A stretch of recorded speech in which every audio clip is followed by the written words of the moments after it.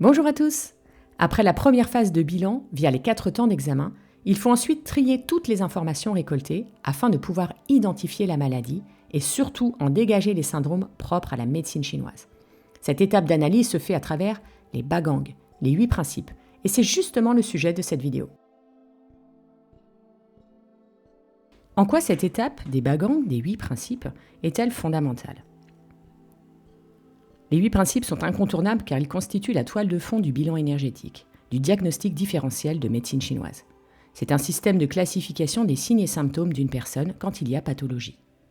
C'est ce qui permet de faire ressortir et d'identifier la localisation, la nature du déséquilibre de la maladie qu'on nomme bianbing en chinois, et de définir le ou les syndromes de médecine chinoise appelés bianzheng, pour ensuite déterminer les principes thérapeutiques et les traitements adéquats. Au niveau de l'idéogramme du terme bagang, ba signifie 8 et gang signifie principe, élément essentiel. Au niveau historique, je vais faire une petite parenthèse parce que ce qui est intéressant, c'est de voir qu'en fait ce principe de classer les signes et symptômes est très ancien, mais qu'il a beaucoup évolué au fil du temps. Le terme bagang qu'on utilise aujourd'hui est plutôt récent car il date du XVIIIe siècle, sous la dernière dynastie des Qing. Néanmoins, les principaux aspects des bagang ont déjà été évoqués dans le Huangdi Neijing il y a plus de 2000 ans et ensuite repris par Zhang Zhongting dans le Shanghanlun. Au fil des siècles et des dynasties, ce système de règles a été affiné pour en arriver à ces 8 principes qu'on connaît et qu'on utilise aujourd'hui. De toutes les méthodes d'études cliniques, les bagang est le système le plus complet car il peut s'appliquer dans beaucoup de cas. Il s'appuie sur 8 items pour classer les informations, signes et symptômes qu'on a récoltés suite aux 4 temps d'examen. Superficie, biao, interne, li, chaleur, froid, plénitude, vide, yang et yin. Bien que les éléments doivent être classés selon ces principes, dans la pratique, il ne faut pas voir ça comme un système rigide. Les bagang ne forment pas 4 couples indépendants, mais doivent être étudiés les uns par rapport aux autres.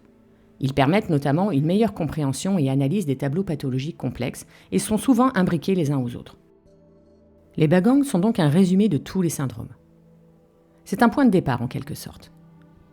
Ensuite, après cette première identification des syndromes, il faut affiner et continuer à analyser la pathologie avec les autres méthodes de différenciation.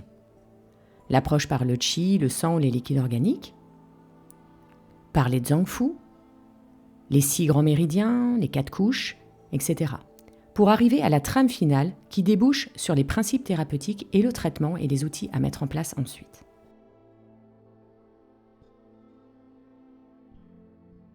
On va voir maintenant en détail les bagang et on commence avec la superficie et l'interne. Pour désigner la superficie et l'interne, il existe en fait plusieurs termes. Biaoli, superficie interne ou encore extérieur-intérieur.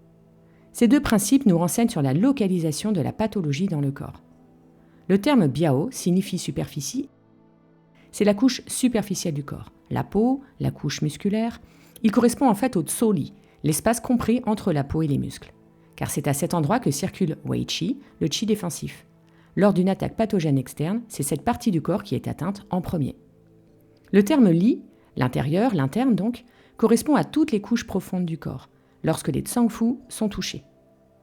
Dès lors qu'un pervers externe, un xie-qi, pénètre dans la couche interne du corps, la pathologie devient interne et s'enfonce dans le li.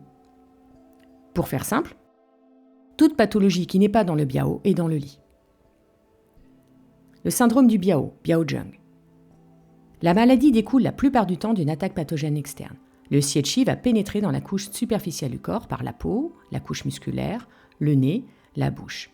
Il y a 2 autres critères importants dans les syndromes du biao. C'est que la maladie arrive soudainement. Elle est considérée comme aiguë, c'est-à-dire récente. Et elle est également de courte durée, de quelques heures à quelques jours, en fonction du terrain de la personne. L'objectif dans un syndrome du biao, c'est d'expulser, de chasser le pervers pour éviter qu'il ne pénètre dans les couches internes. Parmi les symptômes, on peut retrouver de la fièvre, avec une crainte du froid et du vent, des céphalées, des courbatures, un nez bouché, des rhinorrhées, de la toux, une gorge sensible. La langue a un enduit mince et blanc, et le pouls est fou superficiel flottant. Selon si l'attaque sur le biao est une attaque de vent froid ou de vent chaleur, les signes et symptômes seront plus marqués en fonction de la nature du pervers externe. Le syndrome Lee, Lee-Jung. Comme évoqué tout à l'heure, toute pathologie qui ne se situe pas dans le biao est dans le Lee, en profondeur. Il peut y avoir de nombreuses causes de syndrome Lee. Un Xie-Qi qui n'a pas été expulsé de la couche du biao et qui pénètre en interne. Et parfois, un Xie-Qi, selon sa nature et surtout du terrain de la personne, peut pénétrer directement en interne sans passer par le biao. Par exemple, une attaque d'un pervers froid sur l'estomac ou les intestins. D'autres causes très fréquentes, comme les émotions, l'alimentation, les excès comme le surmenage, qui fragilisent Zheng-Qi, notre énergie correcte. Les symptômes étant très variés, cela va dépendre des manifestations de la pathologie et des syndromes en question. Les symptômes seront spécifiques selon les substances vitales ou les zangfu atteints. On passe maintenant au froid et à la chaleur. Quand on évoque froid et chaleur, par extension, on pense aux manifestations du yin et du yang. Le froid se rapportant au yin et la chaleur au yang. Là, on parle plutôt de la nature de la maladie. Le syndrome froid, Han-Jung. Le froid peut concerner plusieurs types de syndromes. Le froid externe, le froid interne, le froid vide ou le froid plénitude. Il existe plusieurs causes dans un syndrome de froid. Une attaque pathogène externe sur le biao de type froid, une déficience de yang, c'est-à-dire du froid interne. Et une autre grande cause, c'est l'alimentation, via l'apport d'aliments de nature froide, crue, qui va accentuer et majorer le froid déjà présent en interne. Au niveau des symptômes, selon si le syndrome est du froid plénitude ou du froid vide, les symptômes seront différents. En revanche, certains symptômes seront identiques. Une absence de soif, la crainte du froid pour le froid externe ou de la frilosité pour le froid interne, des écoulements clairs et fluides, rhinorrhée, urine. Au niveau de la langue, elle est pâle avec un enduit blanc et humide. Le pouls est che, lent, et chun profond pour le froid interne, ou ting serré et fu superficiel pour le froid externe. Le syndrome de chaleur, Zhi-Jung. La chaleur peut provenir d'une attaque externe de vent chaleur ou de canicule, de la transformation d'un pervers externe qui pénètre en interne, mais aussi d'un vide de yin avec une chaleur déficience, une stagnation de qi due au blocage des émotions par exemple, d'une alimentation déréglée avec la consommation excessive d'aliments carnés, d'alcool, de sucre, de gras, de produits frits, etc. Au niveau des symptômes, on peut retrouver de la fièvre ou un état fébrile, un visage, des joues, des yeux rouges, de la soif avec une envie de boire frais, de l'agitation, de l'insomnie, car le chun est agité, des saignements, des expectorations ou des écoulements jaunâtres, des selles sèches, des urines foncées. Au niveau de la langue, elle sera rouge, avec souvent un enduit jaune si on est sur de la plénitude ou sans enduit si on est sur un syndrome de chaleur vide. Et le pouls sera chaud, rapide. Dans les syndromes de chaleur, si la chaleur n'est pas évacuée, elle peut facilement se transformer en feu, voire en chaleur-feu toxique. Pour les syndromes de déficience, la chaleur vide peut aussi évoluer en feu vide. On passe maintenant au vide et à la plénitude. Pour les principes de vide, de déficience et de plénitude, on évalue les rapports entre Zheng-Qi et Xie-Qi, notamment leur quantité et leur force. La déficience, le vide, marque une insuffisance de Zheng-Qi et la plénitude, un excès de Xie-Qi. Le syndrome de vide, Xu-Jung.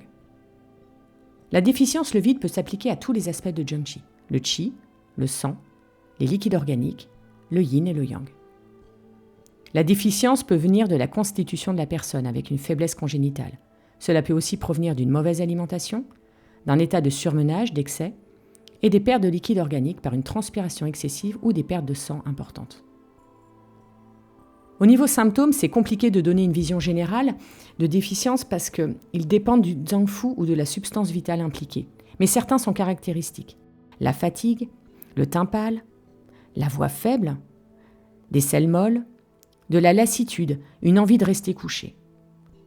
La langue est pâle et le pouls est zhuo, faible, xu, vide ou xi, fin. Et bien sûr, à cela, il faut ajouter ensuite les symptômes spécifiques selon l'aspect qui est concerné. Par exemple, un zhang ou un fu, le qi ou le sang.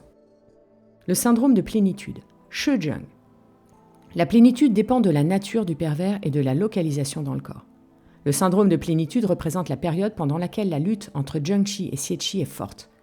La plupart des syndromes de plénitude correspondent à des maladies aiguës ou récentes, là où Zhengqi est encore fort pour résister et qui n'est pas encore en vide. Un syndrome de plénitude peut découler d'une attaque pathogène externe, de tensions émotionnelles, de stagnation dans le corps due à une déficience d'un organe par exemple. Selon la nature et la localisation du pervers en plénitude, les symptômes sont très variés. Cela peut se manifester par de la fièvre, de la distension ou douleur abdominale, aggravée à la palpation, de l'oppression de la poitrine, de l'agitation, une respiration bruyante, de la constipation et des mictions difficiles. La langue a un enduit épais et gras, et le pouls est cheux, plein et roi glissant. Et on termine par le yin et le yang. Yin et yang sont les deux règles principales des bagangs et ils contiennent les 6 autres. En quelque sorte, c'est la synthèse entre les syndromes de Li, froid et vide pour le yin, et des syndromes de surface, chaleur et plénitude pour le yang.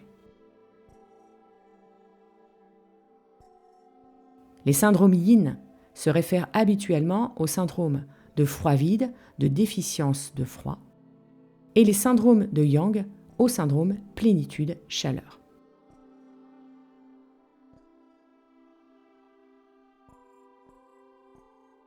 En conclusion, les bagangs ou les 8 principes en médecine chinoise constituent un pilier fondamental de la compréhension et de la pratique de la médecine chinoise. Ces principes, superficie interne, biaoli, chaleur-froid, vide-plénitude et yin et yang, permettent aux praticiens d'établir un bilan précis et de formuler des traitements adaptés à chaque individu. En combinant ces 8 axes de réflexion, on peut obtenir une vue d'ensemble des déséquilibres énergétiques et ainsi proposer des solutions thérapeutiques personnalisées et efficaces. D'ailleurs, l'étude des bagangs nous rappelle l'importance d'une approche holistique de la santé, où chaque symptôme est interprété dans le contexte global de l'individu. Voilà, j'espère que cette vidéo vous a plu et vous a permis de mieux comprendre un des concepts fondamentaux qui est au cœur de la pratique de la médecine chinoise. Je vous dis donc à bientôt pour une nouvelle vidéo sur la médecine traditionnelle chinoise.